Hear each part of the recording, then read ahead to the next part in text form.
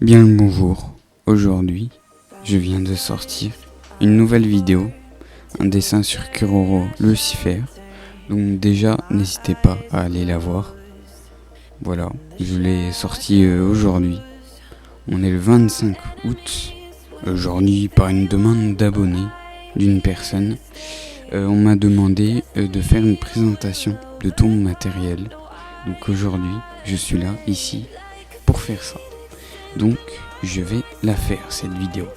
Donc on va commencer sans plus attendre. Divisé en 3 parties. Donc la partie croquis, puis ancrage, puis coloration. Donc voilà. Il y aura 3 vidéos du coup, distinctes.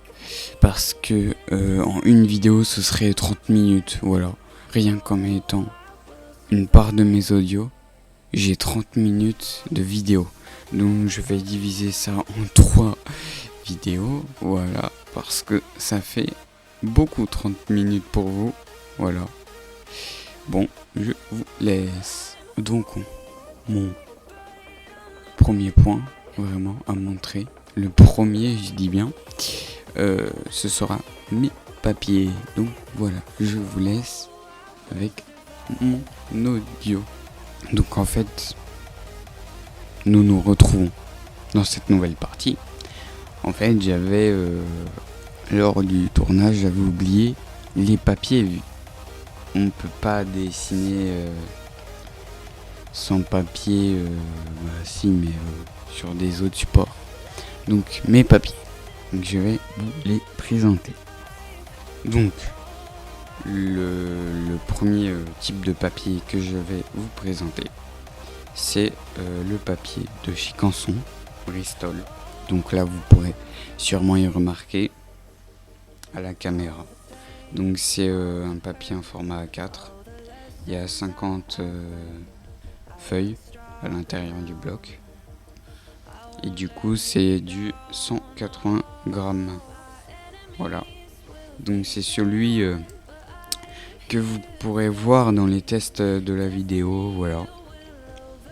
Avec les feutres alcool, il colle super bien. C'est facile de repasser dessus ou même faire du cream couleur comme ça. Donc je vous le conseille, voilà. C'est un très bon papier.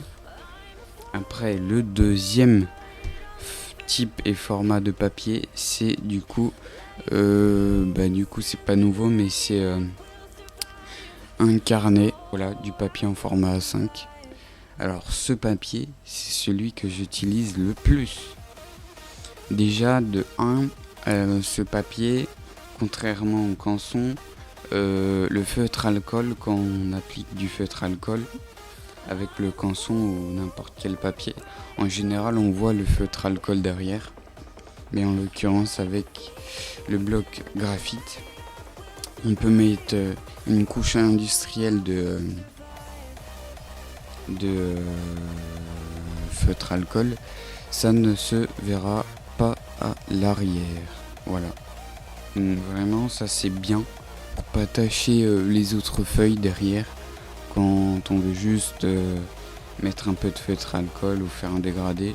En général ça risque avec le Canson de beaucoup salir les autres feuilles. C'est bête. Du coup par exemple je vais faire un mélange de couleurs pour tester quelque chose. Ça déborde sur 3 feuilles, c'est la mort. Vraiment. Donc le graphite, super pratique. Vraiment de la bonne qualité. Je vous y conseille. Voilà. Vraiment c'est le papier que j'utilise le plus. Donc en troisième, j'avais un papier que j'utilisais beaucoup. C'est du layout de chez Canson. Donc ce papier-ci, layout, c'est un papier de grammage très fin. Peut-être que vous pourrez le voir, voilà. De 70 grammes. Donc voilà. J'ai rien à dire, en vrai ça va très bien avec les feutres alcool, mais je préfère quand même le Bristol, qui est pour moi au-dessus. Et pour ce quatrième papier, les esquisses, Donc voilà. J'ai utilisé assez en vrai pour m'entraîner à copier du dessin. Voilà. Donc pareil, je vous y conseille. Après j'ai du Monali. Plein de blocs Monali. Donc Monali. C'est bien pour faire du croquis, mais je vous y conseille pas du tout pour mettre du feutre à alcool ou encrer. Donc Monali c'est vraiment centré, je trouve, sur le croquis. Voilà. Donc là, c'est bon, je vous ai présenté tout mon matériel normalement de dessin. Donc après, hors matériel de dessin, j'utilise aussi des stabilos. Donc par exemple dans ma vidéo Luffy, Gear 5, Gear 5, pour les flammes en général j'utilise tout le temps un stabilo jaune pour faire le contour des flammes pour chaque personnage par exemple. Donc j'ai fait ça pour Luffy Gear 5, pour mon dessin Luffy tout court avec Ace. Et c'est tout. Voilà. Donc c'est bon pour cette partie. Donc pour la première chose que je vais vous présenter aujourd'hui, donc c'est tout d'abord mon Critarium. Donc c'est un Graphene Gear Pentel 1000 je crois. C'est un super Critarium en 0,3 mm. Oui. Il est parfait, ça fait 1 an que je l'ai. Voilà, il est super bien. Il possède des... bon, c'est un peu sale, mais il possède des mines. Voilà, 0,3 par intensité. Donc là, j'ai du HB en bleu. Et si je retrouve mon rouge qui est ici, j'ai du 0,3 mm en B d'intensité. Voilà tout. Donc ça c'est mon premier critérium principal. Donc avant chaque vidéo, vous pouvez remarquer peut-être que je fais des petites esquisses, des petits ronds, les bases de mes dessins avec un critérium, voilà, de chez Faber-Castell. Donc c'est le TK Fine Vario en 0,5 mm. Voilà. Donc il est super bien de Faber-Castell. Il possède, je lui ai mis des mines rouges. Donc des mines rouges ici. Voilà, des petites mines rouges qui sont super bien pour les esquisses. Ça permet de bien démarquer le crayon de papier et le crayon de papier rouge.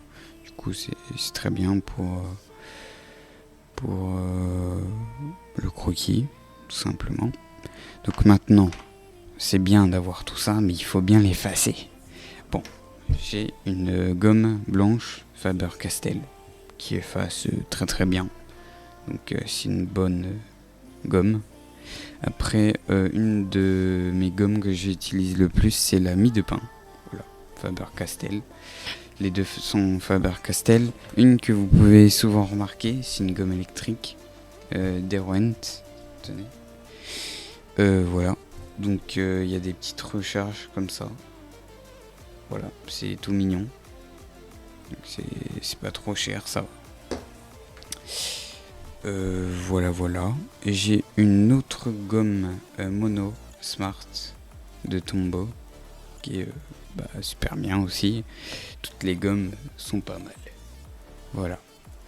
J'ai oublié un crayon de papier Faber-Castell, je pense. Oui, en 2H. Voilà, d'intensité. Il est joli. Voilà, il est pas mal. De la bonne qualité.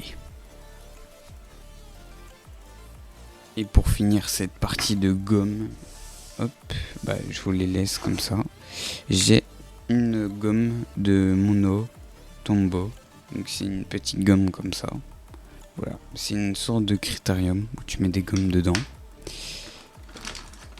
Voilà. Donc les recharges, c'est ceci. Voilà, c'est ce genre de truc. Comme ça. Il y a beaucoup de plastique pour peu de gomme. Ça c'est moyen. Mais bon. Donc pour clôturer la première partie, aka le croquis. Donc là, désolé, on est le 25 septembre. Vous pourriez constater une petite différence.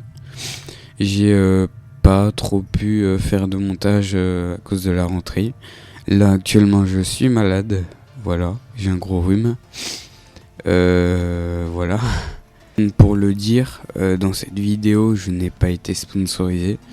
On ne m'a rien dit du tout. Voilà. J'ai présenté mon matériel et j'ai dit ce que je pensais